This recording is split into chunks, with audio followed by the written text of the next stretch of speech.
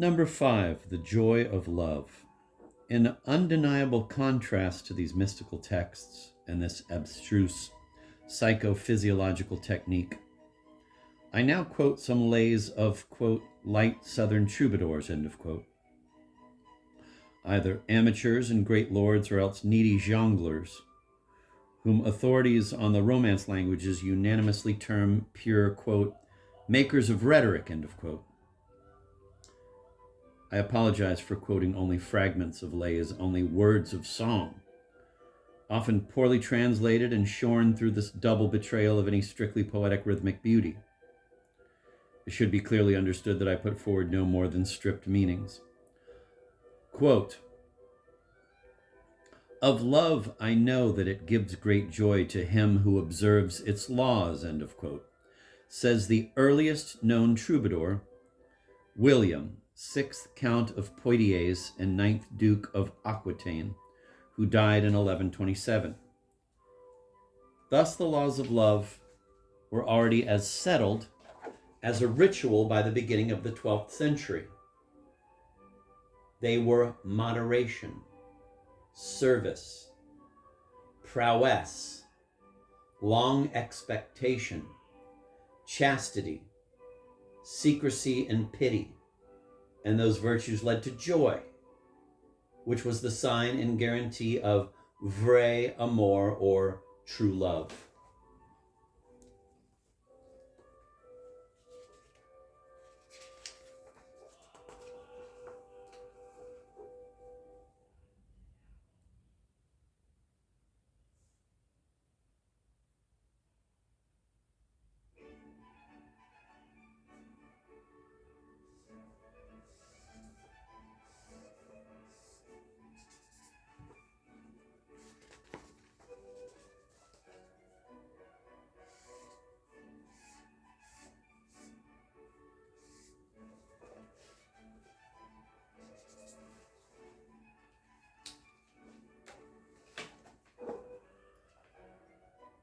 Here are moderation and patience.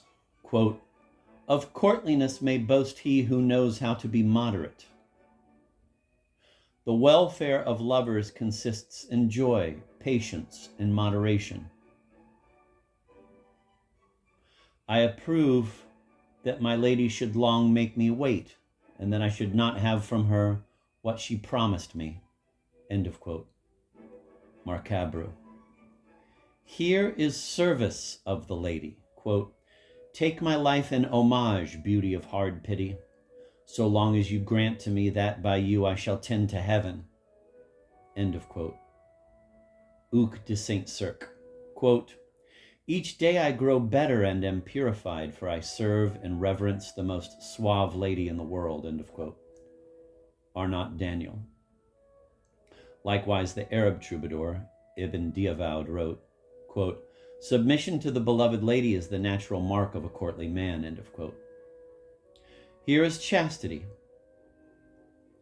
Quote, he who is disposed to love with sensual love goes to war with himself.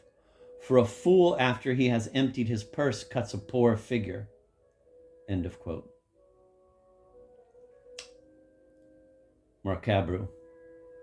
Quote, hearken, its voice, i.e. the voice of love, will seem gentle as the song of the lyre if only you cut off its tail, end of quote. Marcabru. Note by Professor Jean Roy, quote, that is to say, if you succeed in suppressing the consequences, end of quote.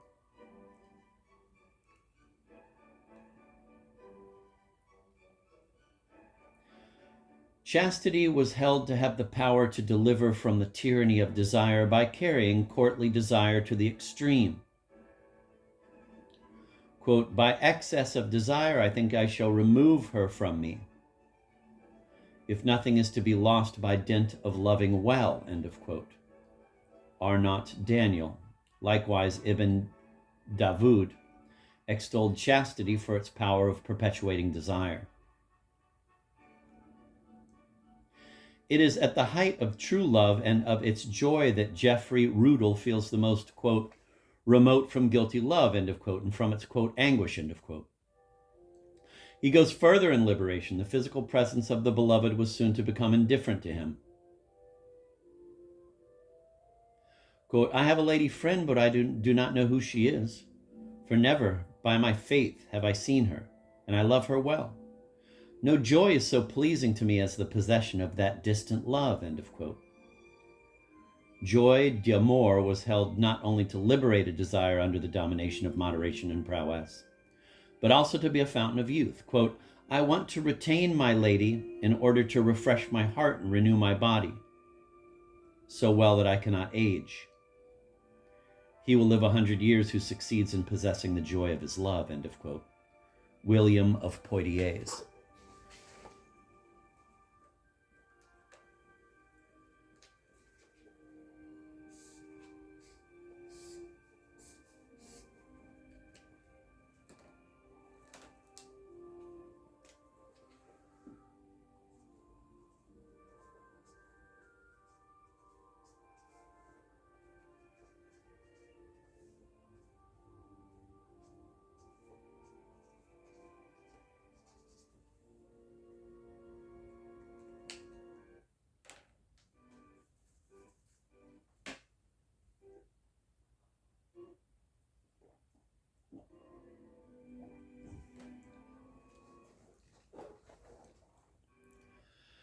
It is at the height of true love and of its joy.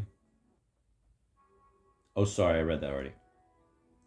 I have quoted only poets of the first or second generation of troubadours, circa 1120 to 1180.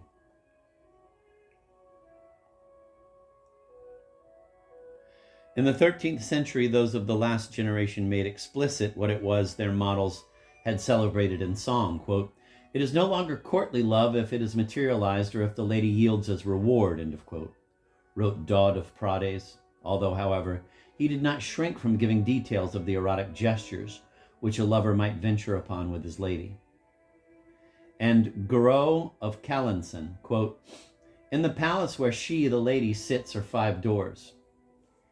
He who can open the first 2 easily goes through the 3 others, but it is difficult for him to come out of them. He lives in the midst of joy. He who is able to remain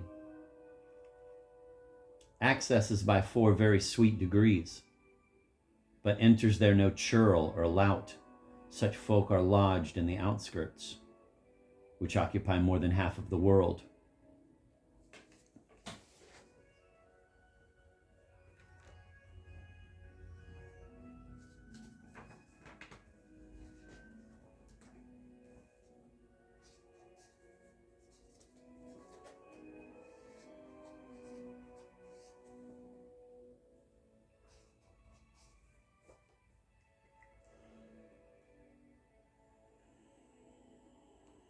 Giraud Riquier, who is sometimes referred to as the last of the troubadours, made the following commentary on those lines.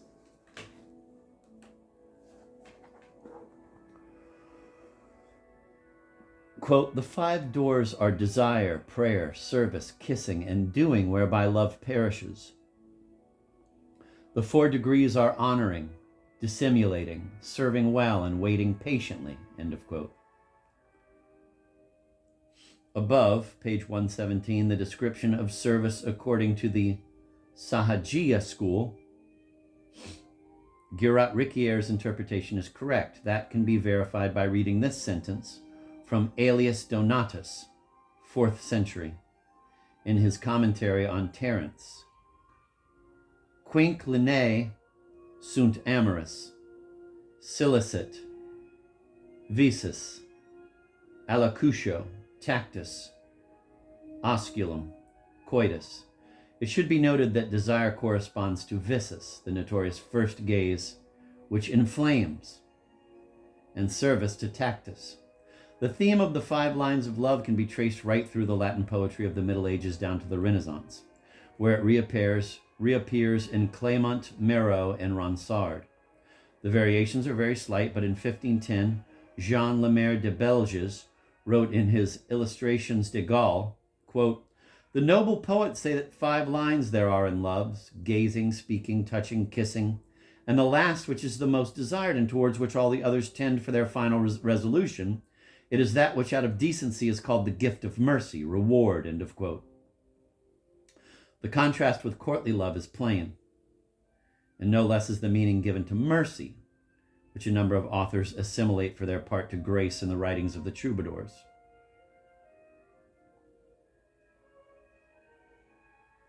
As for false love, it was roundly turned upon Marcabru and his successors, and in terms which can be thought to enlighten us indirectly regarding the nature of true love, or at least regarding certain aspects of it. And first of all, Marcabru says, quote, "It joins hands with the devil, he who hatches false love," end of quote. And indeed, is not the devil the father of material creation and of procreation in the Catharist view? The foes of true love are, quote, "murderers, traitors, simonists, enchanters, voluptuaries, usurers, deceiving husbands, false judges and false witnesses, false priests, false abbots, false women, recluses, and false men recluses." The Catharists condemned war and every kind of murder, legal or other. They are going to be destroyed, quote, "subjected to every ruin," end of quote, and tormented in hell.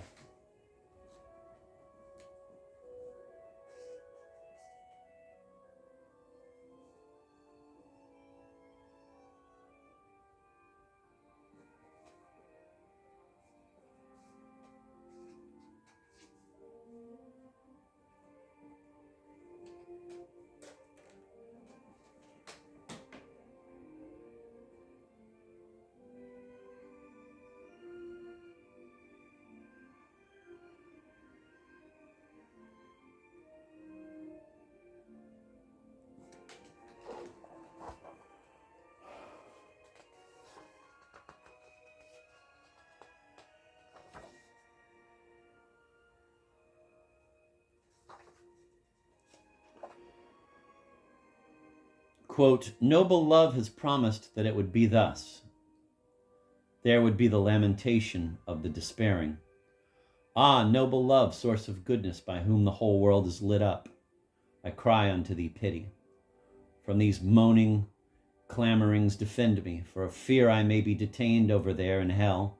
In every place I look upon myself as thy prisoner, and, fortified and cheered by thee on all things, I hope that thou wilt be my guide." Finally, in opposition to those troubadours who no doubt took too much advantage of the ambiguities provided for by the, quote, "service," end of quote, of courtly love, Curcaiman did not hesitate to dot the I's and cross the T's as he wrote, quote, "Such troubadours, in mixing up truth and falsehood, corrupt lovers, women, and married couples. They tell you that love goes sideways, and that is why husbands grow jealous and ladies are in suspense. These false suitors cause a great number to abandon merit and drive youth away from them," end of quote. Whatever, quote, "material," end of quote, reality or absence of reality corresponded in those days to such details of language, there is no disputing the existence of courtly rhetoric and its system of virtues. There's no disputing the existence of courtly rhetoric and its system of virtues, sins, laudations, and interdicts. It is easily read about. That rhetoric went on to enable the romance writers of the North, those who produced the Arthurian cycle, about the Grail and about Tristan, to describe actions and dramas and not merely to take song about what may still be thought, on the part of the troubadours of the South, to have been a pure sentimental phantasmagoria.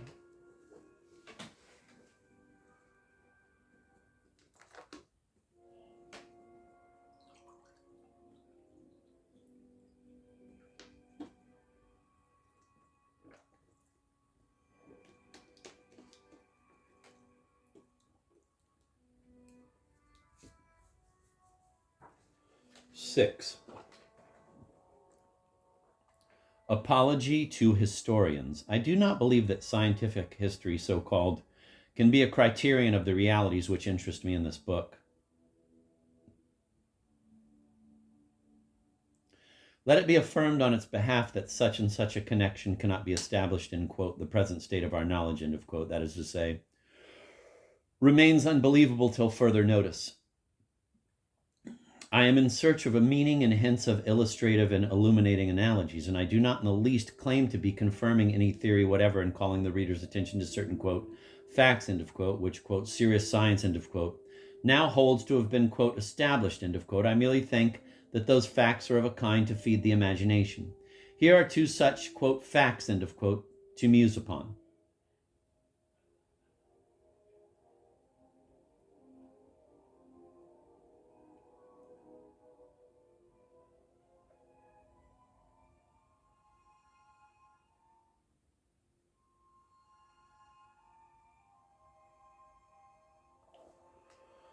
The Tantra Pancha is a collection of Buddhist and Tantric tales which was translated from Sanskrit in the 6th century by a doctor of Chosroes I, king of Persia. From that country, it progressed swiftly in the direction of Europe thanks to a series of translations in Syriac, Arabic, Latin, Spanish, etc. In the 17th century, it was read by La Fontaine in French. It had then been translated from the Persian, and the Persian was based upon an old Arabic version. The Periplus, the romance of Balaam and Jehoshaphat, is even more astonishing. In its present form, it is a story of the spiritual evolution which leads Jehoshaphat, an Indian prince, to discover and embrace Christianity, the mysteries of which are made known to him by the goodman Balaam. The version which has come down in Provençal form from the 14th century, while orthodox in main outline, bears indisputable traces of Manichaeism. According to the French Neo-Catharist school, Deodat Rocher, René Nelly, etc., the 12th century heretics were acquainted with a version which had not been amended by the Catholics and which was nearer to the original. Whether or not that suggestion comes one of these days to be verified, the Manichaean origin of the romance is attested by fragments of its original wording in 8th century Uyghur, which were discovered in eastern Turkestan.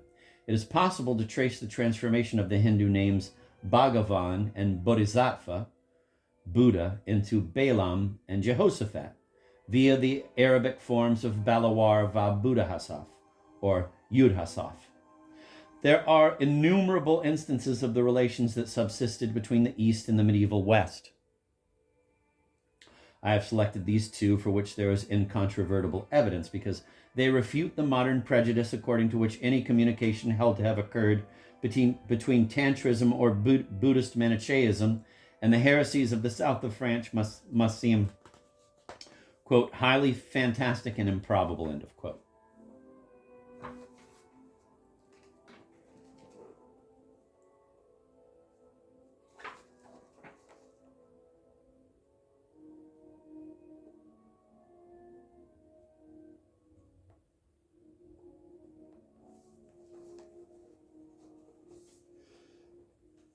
Seven, instead of definite conclusions, courtly love resembles adolescent love when this is yet chaste and hence all the more consuming. It also resembles the love celebrated by Arab poets who were mostly homosexual, as were a number of the troubadours. Its terms of expression have been taken up and used by nearly every great mystic in the West. It seems to us to have declined at times down to sophisticated fiddle-faddle in the style of the small medieval courts. It can be entirely imaginary, and many people insist that it was nothing but a verbal tourney. But it can also be a vehicle of the detailed, though ambiguous realities of an erotico-mystical discipline for which the recipes were in India, China, and the Near East. All that seems to me likely. It may all be true in the various sense of the word, simultaneously and in different ways. It all helps to a better understanding of courtly love, even if courtly love is something that nothing rational will explain. In concluding the kind of counter-inquiry which I have been carrying out and taking into account the most sensible objections brought against my minimum theory by members of a variety of schools, I am brought back to a kind of spiral that rises over my earliest observations. Courtly love came into existence in the 12th century during a complete revolution of the Western psyche.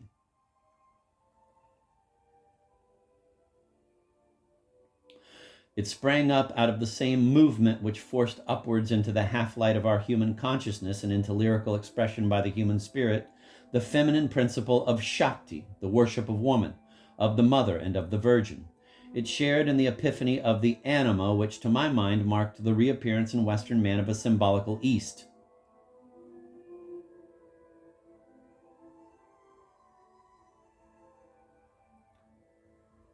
What makes it intelligible to us today are its historical signs or marks, its literally congenital connection with the heresy of the Cathars, and both its surreptitious opposition and its overt opposition to the Christian conception of marriage. But it would leave us now indifferent had it not, after many avatars, the procession of which I am about to narrate, preserved in our own lives an intimate and ever-renewed virulence